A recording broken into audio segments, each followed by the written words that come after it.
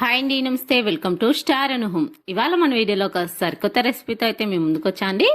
చాలా సింపుల్గా అప్పటికప్పుడు పిల్లలు ఏదైనా స్నాక్ తినాలి అనిపించినప్పుడు అడిగినప్పుడు ఇలా 10 నిమిషాల్లో చాలా రుచికరమైనటువంటి స్నాక్ అయితే చేయండి. చేయడం అయితే చాలా సింపుల్ అండి. మరి మన వీడియో నచ్చినట్లయితే ఒక చిన్న లైక్ అయితే చేయండి ఫ్రెండ్స్. ఇప్పుడు వీడియోలోకి అయితే వెళ్ళిపోదామండి. ముందుగా అయితే ఒక బౌల్ని అయితే తీసుకోవాలి. అందులోకి మైదా కానీ గోధుమ పిండి కానీ 1 కప్ దాకా తీసుకోండి. మీరు ఎక్కువ క్వాంటిటీలో చేసుకోవాలనుకుంటే ఎక్కువ తీసుకోండి. ఒక 2-3 టేబుల్ స్పూన్ దాకా ఆయిల్ వేసుకోవాలి. 1/2 టేబుల్ స్పూన్ దాకా సాల్ట్ వేసుకోవాలి. అన్నీ బాగా కలిసేలాగా అయితే కలుపుకోవాలి. ఉప్పు అలానే ఆయిల్ బాగా పట్టేలాగా ఇలా ముద్దలాగా ఫామ్ అయ్యేలాగా అయితే చేసుకోవాలి. ఒకవేళ ముద్దలాగా రాకపోతే మళ్ళీ 1 టేబుల్ స్పూన్ దాకా ఆయిల్ లేదా నెయ్యి వేసుకోండి. ఇలా ముద్దలాగా ఫామ్ అయిన తర్వాత కొద్దిగా నీళ్ళని అయితే పోసుకుంటూ చపాతీ పిండి కంటే కొద్దిగా స్మూత్గా అయితే చేసుకోవాలండి.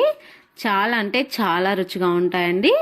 చూడండి, ఇలా మనం చపాతీ పిండిలాగా అయితే ముద్దనైతే రెడీ చేసుకొని తడారిపోనట్లుగా ఈ ముద్దనైతే ఒక క్లాత్ లేదా ఒక ప్లేట్ని అయితే ముచ్చి కవర్ చేసి ఒక 10 నిమిషాల వరకు అయితే ఈ పిండిని అయితే నాననివ్వాలండి.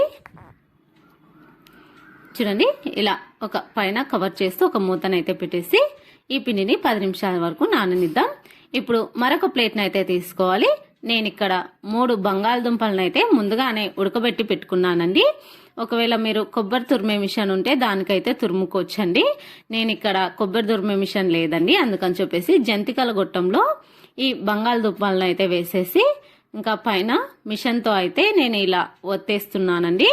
ఇంకా చాలా సింపుల్గా అయిపోతుందండి. ఇలా చేయడం వల్ల మనకు ఎటువంటి రిస్క్ కూడా అనిపించదండి. చూడండి, ఇలా ఒత్తినట్లయితే మెత్తగా ఉడికిన బంగాళదుంపలు వచ్చేసి ఇలా మనకు ఎక్కడా కూడా ఉండలేనట్లుగా చాలా సింపుల్గా అయితే ఇలా మనకు చాలా ఈజీగా అయితే మనం రెడీ చేసుకోవచ్చండి. ఈ మిశ్రమాన్ని ఆలు మిశ్రమాన్ని అయితే ఇలా మొత్తం 3 బంగాళదుంపల్ని కూడా ఇలా మనం బంగాళదుంపల్ని అయితే మెత్తగా స్మాష్ చేసి అయితే పక్కన ఉంచుకోవాలి. ఇప్పుడు మనం అంతా కూడా నాకైతే 3 బంగాళదుంపలు వచ్చేసి క్వాంటిటీ అయితే ఇంత అయిందండి. ఇప్పుడు రుచికి సరిపడా ఉప్పు వేసుకోవాలి. చూసి వేసుకోండి. ఉప్పు వచ్చేసి మనం ఆల్రెడీ పిండిలో కూడా గోధుమ పిండిలో వేసుకున్నామండి. అలానే చిల్లీ ఫ్లేక్స్ వేసుకున్నాను. మీరు ఒకవేళ ఈ ప్లేస్లో కారం పచ్చిమిర్చి వేసుకోవచ్చండి. అలానే గరం మసాలా ఏవైనా మసాలాలు కూడా చాట్ మసాలా అలా కూడా వేసుకోవచ్చు. కొత్తిమీర కూడా వేసుకోవచ్చు అండి. ప్రజెంట్ నా దగ్గర లేదు కాబట్టి నేను వేయడం లేదండి. కరివేపాకునైతే చిన్న ముక్కల్లాగా చేసి అయితే వేసుకుంటున్నాను.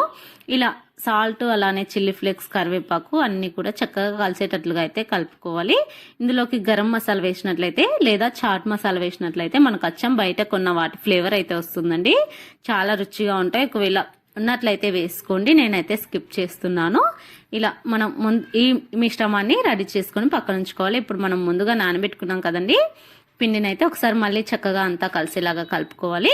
ఒక చపాతీ ముద్దలాగా పిండిని అయితే తీసుకోవాలండి. పెద్ద చపాతీ ముద్దకాయ ఎంత పిండి అయితే ఇలా తీసుకున్న పిండిని వచ్చేసి మనం చపాతీని ఎలా ఒత్తుకుంటామో అదే విధంగా అంత పెద్దగా అయితే చేసుకోవాలండి.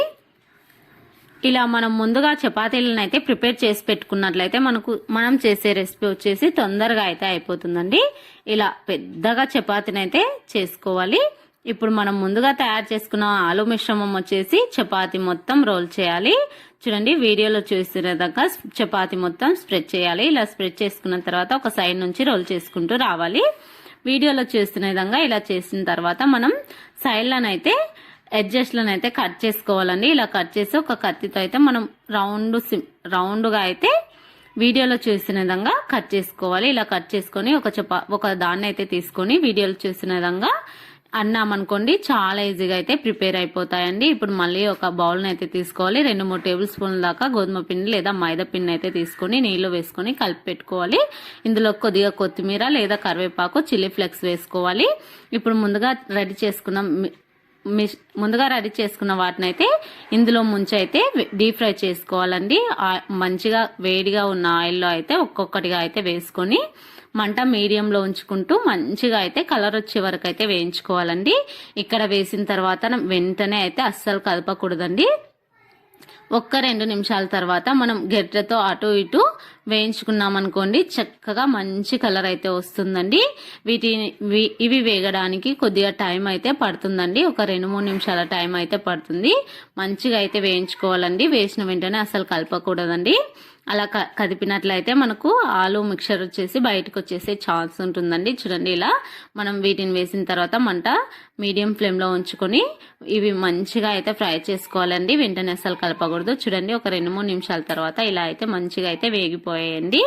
ఇలా మంచిగా కలర్ వచ్చే వరకు వేయించుకున్నట్లయితే క్రిస్పీగా చాలా రుచిగా కూడా ఉంటాయండి. చూడండి, మనకైతే చక్కటి కలర్ అయితే వచ్చింది కదండి. ఇప్పుడు మనం జాలిగంటలో అయితే తీసి సర్వింగ్ ప్లేట్లోకి అయితే తీసుకోవాలండి. ఇందులోకి ఎలాంటి కెచప్పులు కానీ ఎలాంటి చట్నీస్ కానీ అవసరం లేదండి. మనం డైరెక్ట్గానే తినొచ్చండి, అంత రుచిగా ఉంటాయి. చూడండి, నేను తీసుకున్న క్వాంటిటీకి అయితే ఒక బౌల్ నిండా అయితే వచ్చాయండి. కనీసం ఒక ముగ్గురికి అయితే సరిపోతాయండి. ఇవి ఎక్కువ క్వాంటిటీలో చేసుకోవాలనుకుంటే పిండి మిశ్రమం వచ్చేసి ఎక్కువగా తీసుకోండి. అప్పటికప్పుడు పిల్లలకి ఏదైనా చేయాలి అనుకున్నప్పుడు 10 నిమిషాల్లో ఇలా అయితే చేసి పెట్టండి. చాలా అంటే చాలా ఇష్టంగా తింటారు. చాలా క్రిస్పీగా లోపల సాఫ్ట్గా ఆలు మిశ్రమంతో చాలా రుచిగా ఉంటాయండి. తప్పకుండా ట్రై చేస్తారు కదా ఫ్రెండ్స్. ట్రై చేసి మీకు ఎలా కుదిరాయో కూడా కామెంట్స్లో తెలియచేయండి.